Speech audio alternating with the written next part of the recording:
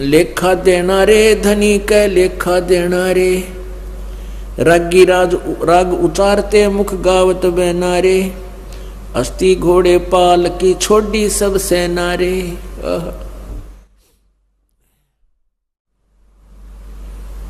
पीछे आपने समाचार पत्रों में पढ़ा था एक दिन कि जो विशेष खबर से आती है, भक्तदास बच्चे मुझे बताते हैं कि आज ऐसी घटना घट गई। एक विशेषकर ऐसी घटनाओं को दास विशेष महत्व देता है, पढ़ता देखता है और फिर याद आती है परमात्मा यदि हम आपकी शरण में ना होते या दुर्गति हमारी भी होती।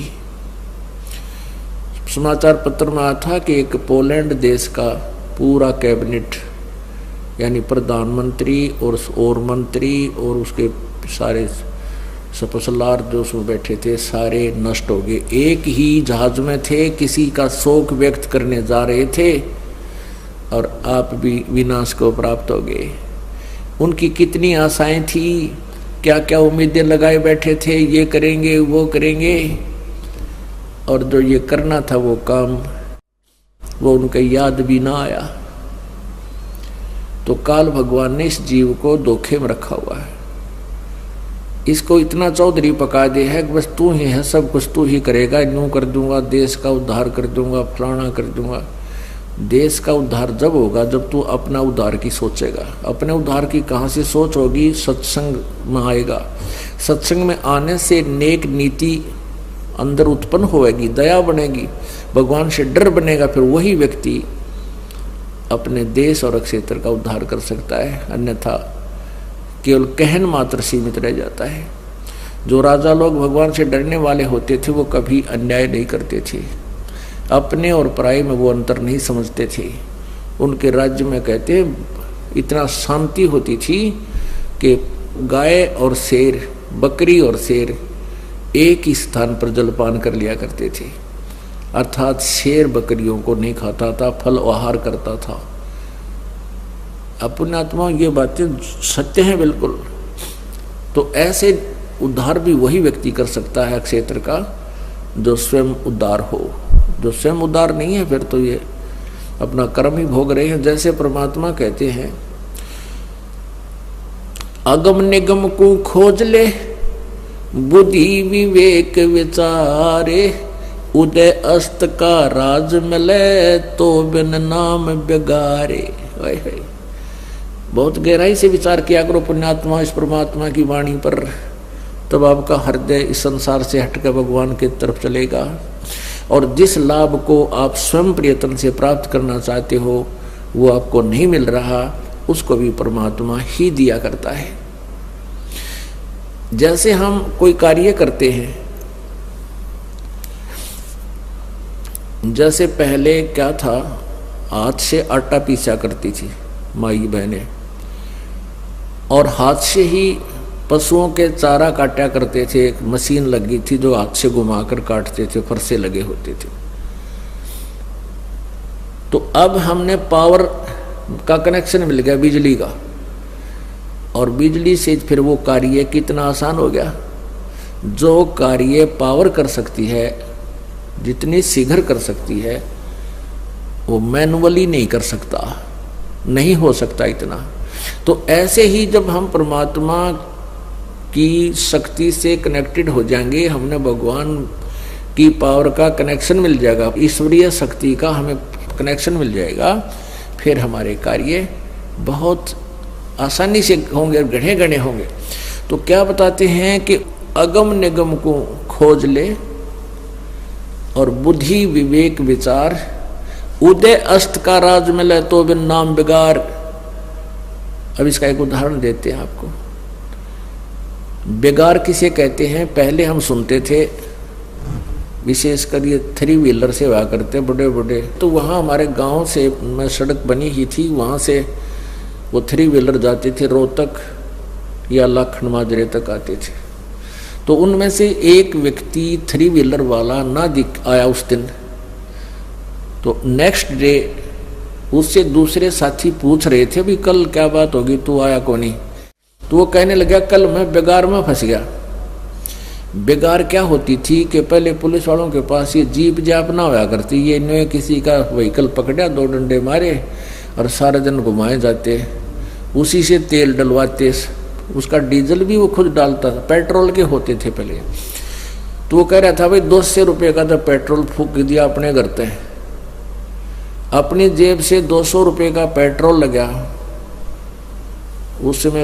आज तो मेरे ख्याल 20,000 का हो वो 200 रुपये का जो उस समय खर्च हुआ। 200 रुपये का पेट्रोल लग गया और सारा दिन इधर उधर, सुबह ले गए पकड़ कर मुझे 4 बजे और शाम को रात के 12 बजे छोड़ा जाके, यानी दौड़ धूपता देश तक घनी चौनी घर में आई को ना, घर से ही वो पूंजी और बर्बाद करी, तेल घर अपने जेब से लगाया, उसको बेगार कहा करते थे। तो वो क्या करते थे 3 व्हीलर वाले, फिर अपना बांट लिया करते जी, एक आदमी का तो घनी बेगार पड़ जाएगी, वो बांट लेते थे, भी एक दिन उसको कभी जरूरत पड़ा तो वो चला जाएगा, फिर जरूरत पड़ेगी तो तीसरा, यानी ऐसे कोई आपत्ति आती है तो अपना ये विकल्प निकाल लेता है पब्लिक, क्या करे। तो ऐसे उसको बेगार कहते हैं कि दौड़ धूपता देश तक नहीं, सारा दिन उसका पंजा टिका नहीं, टायर बाजता हंडेगा, कभी इधर चल कभी उधर चल, वो सब जगह घुमा लाए हैं, और चवन्नी का लाभ नहीं और बल्कि हानि होगी 200 रुपये की। इसको बेगार कहते हैं। ये बेगार थी, व्यर्थ का दौड़ धूप, चवन्नी उसका इनकम नहीं हो और खर्च भी साथ में हो। तो ऐसे कहते हैं अगम निगम को खोज ले, वो परमात्मा ऊपर सतलोक जाने वाले मार्ग पर, इस व्यवस्था पर तू एक गहरी नजर से सोच, विवेक के साथ सोच, उदय अस्त का राज मिले। यदि पूरी पृथ्वी का भी तुझे राज्य प्राप्त हो जा तो भी नाम बेगार। बेगार कैसे? राजा यदि भक्ति नहीं करता है, सत्य भक्ति नहीं करता है परम संत से लेकर, तो वो बेगार कर रहा है। बेगार कैसे कर रहा है कि अपने पिछले जन्म के पुण्यों का नष्ट कर रहा है, और जितना बड़ा अक्षेत्र होगा उस राजा के अंतर्गत उतना ही उसकी टेंशन का कारण रहेगा। कहीं पर कोई उपद्रव हो रहा है, कहीं पर सूखा पड़ गया है, कहीं पर फ्लड आ गई है, कोई मंत्री कुछ कर रहा है या दूसरे राजा की चिंता। तो वो राजा आप देखते हो, किसी भी मंत्री, मुख्यमंत्री, प्रधानमंत्री, सारा दिन रेल बनी रहे इनकी, कदे वहाँ चल कदे वहाँ चल, ना जा तो वो अक्षेत्र वाले नाराज हो जा। यानी इतनी टेंशन तो राजा को होती है, किसी को नहीं होती पृथ्वी पे। लेकिन हमने वो ऐसा दिखाया कि जैसे बड़ा ठाठ कर रहा है। ठाठ तो यहाँ ब्रह्मा विष्णु महेश के कोई ना, यहाँ एक पृथ्वी के छोटे से टुकड़े के कोई बन गया, कोई अधिकारी या कोई राजा बन बैठा, सपने में भी सुख नहीं है। तंदर सुखिया कोई न देखा, जो देखा सो दुखिया हो, उदय अस्त की बात करे मन सबका किया विवेका हो। परमात्मा कहते हैं सुख नाम की चीज नहीं है किसी प्राणी को। सुरपति दुखिया भूपति दुखिया, रंक दुखी बपरीति हो, कह कबीर और सब दुखिया, एक संत सुखी मन जीती हो। अगर यहाँ भी थोड़ा बहुत राहत आपको चाहिए तो परमात्मा कबीर जी, परमेश्वर कबीर जी का इस दास के द्वारा उपदेश प्राप्त करके ही होगी, अन्यथा इस पृथ्वी पर वर्तमान में और कोई विकल्प नहीं है। या तो परमेश्वर स्वयं आए थे, या आज इस दास को वो खजाना दिया है जिससे आप भी लाभ प्राप्त कर सकते हो, मोक्ष भी करा सकते हो, और संसारिक जिसको तुम सुख मानते इस झूठे सुख के दूर राहत है, वो भी परमात्मा कबीर जी के इस साधना से, इस मंत्र से जो दास देता है इसी से ही प्राप्त होंगे। तो कितनी प्यारी व्याख्या दी है कि अगम निगम को खोज ले, बुद्धि विवेक विचार, उदय अस्त का राज मिले, तो बे नाम बेगार। आप तो बहुत साहूकार हैं उन व्यक्तियों से जो अरबपति और खरबपति हैं, जो सत भक्ति से वंचित हैं। वह कहते हैं वह माया तो यही रह जाएगी। जिस माया के लिए, जिन कार कोठियों के लिए वो सारा दिन लगा रहता है, वो माया, उनकी कार कोठी संपत्ति सारी यही रह जाएगी। केवल वो खाकी जाएगा, नौका नो खाली वो खाकी जाएगा, खोखा जो अपने पुण्य बर्बाद कर गया, नालायक, भक्ति करी नहीं। और फिर आगे क्या होगा उसके साथ। लेखा देना रे धनी कै लेखा देना रे, रागी राग उचारते गावत मुख बहना रे, हस्ती घोड़े पाल की छाड़ी सब सेना रे। और राजा जब दौड़ धूप करता था, 1 मिनट में मृत्यु होगी, ने बोला सारी, कहते हैं कि सब सेना को छोड़कर चला गया। रोकड़ी धरी ढकी रही सब जेवर गहना रे, और फूक दिया मैदान में कुछ लेन न देना रे। रोकड़ी माने जो भी तेरे पास नगद सौदा था, धन था, वो सब वहीं रह गया। और फूक दिया मैदान में कुछ लेन न देना रे, और कुछ लेन दे कुछ नहीं हाथ लगा तेरे। मुग्दर मारे शीश में जमकिंग कर देना रे, उतर चला तागीर हो जो मर्दक सेना रे।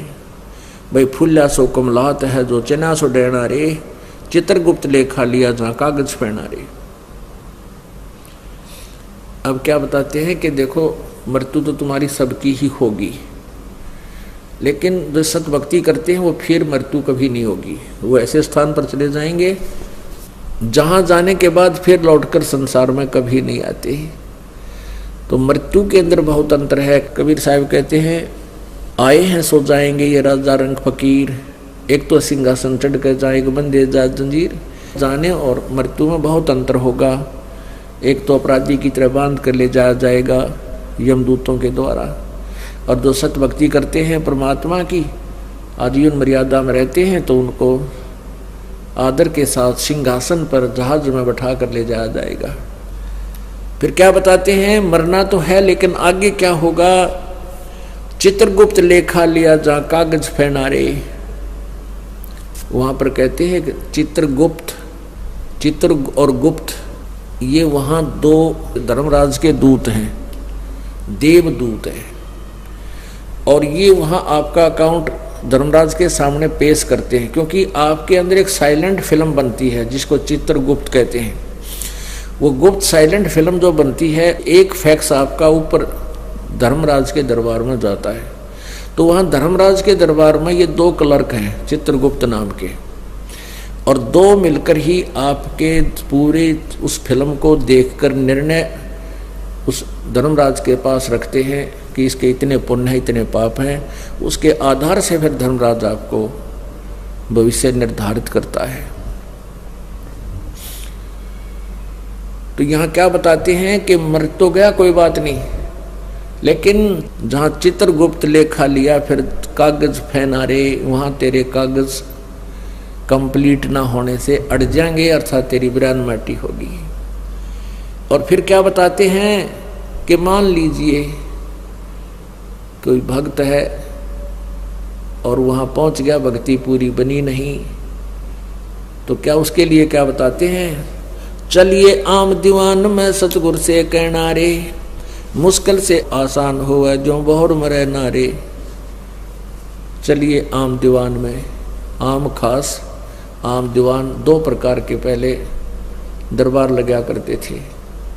तो कहते हैं चलिए आम दीवान में, यानी परमात्मा के सच्चे दरबार में जाइए, तेरा वहाँ फिर भक्ति मार्ग बढ़ेगा, सच्ची भक्ति मिलेगी, फिर तेरा जन्म मृत्यु कभी नहीं होगा। बोया अपना सब लोने पकड़ो मन ऐनारे, चरण कमल के ध्यान से छूटे सब फैनारे।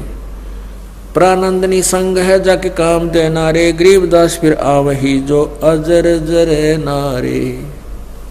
अब क्या कहते हैं गरीबदास साहिब जी, कह रहे हैं कि जो अजर जरेंगे नहीं, यानी जिनको पूर्ण विश्वास नहीं होगा जो हम कह रहे हैं, वो व्यक्ति भक्ति करते, हमारी भक्ति करते हुए भी फिर भी आ सकते हैं, जन्म मृत्यु हो सकती है। किनको?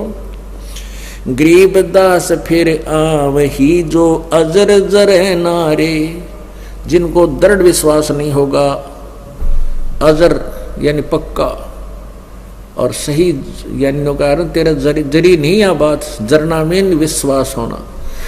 जिनको पूर्ण विश्वास नहीं हुआ हमारी बातों पर, वो भक्ति भी कर रहे हैं, वो भी वापस आएंगे।